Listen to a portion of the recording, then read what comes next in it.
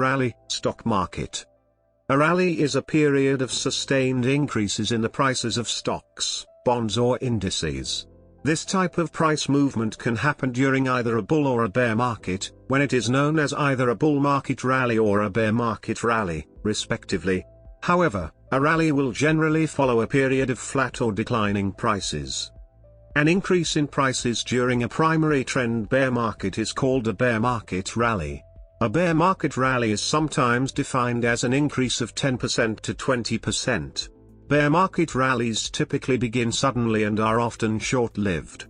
Notable bear market rallies occurred in the Dow Jones Index after the 1929 stock market crash, leading down to the market bottom in 1932, and throughout the late 1960s and early 1970s. The Japanese Nikkei 225 has been typified by a number of bear market rallies since the late 1980s while experiencing an overall long-term downward trend.